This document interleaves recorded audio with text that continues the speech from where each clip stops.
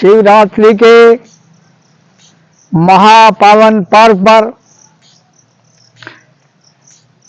देश, जनता और समाज हर्षोल्लासित है। परम पावन पुनीत भारत की भूमि पर गंगा मां का अवतरण हुआ और महाराज भागीरथ का अथक प्रयास रहा है।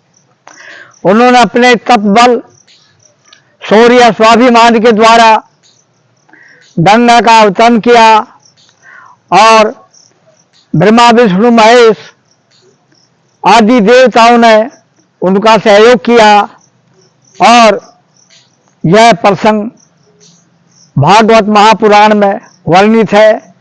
उसमें सब लोगों को देखना चाहिए। ये कितना आनंद का विषय है। गंगा ने भारत को प्लावित किया है और वैज्ञानिक भी हतपर्व है। ये जल का स्रोत कहाँ से आया है, कैसे आया है, इसमें कौन सी ऐसी रासायनिक विद्या छिपी हुई है जो जल पवित्र है और कभी भी रखने के बाद पवित्र नहीं होता। तो भारत की जनता है और भारत की जनता इस पर्व को बड़े उत्साह के साथ मनाती।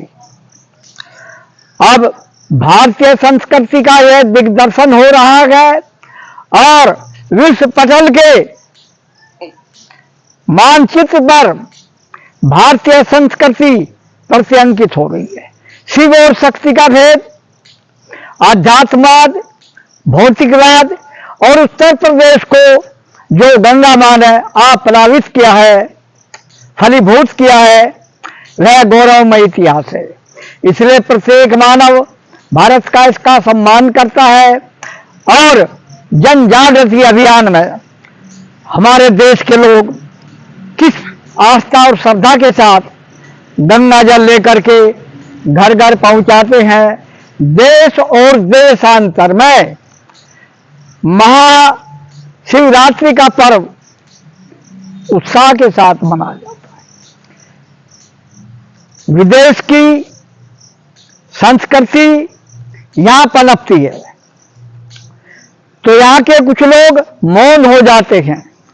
ये भारत की संस्कृति है और जनता का उत्साह है।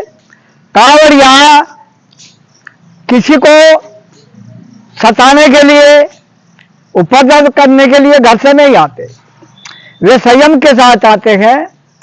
और कुछ लोग जो उनकी यात्रा में बाधा डालते हैं तो उन लोगों को सावधान रहना चाहिए।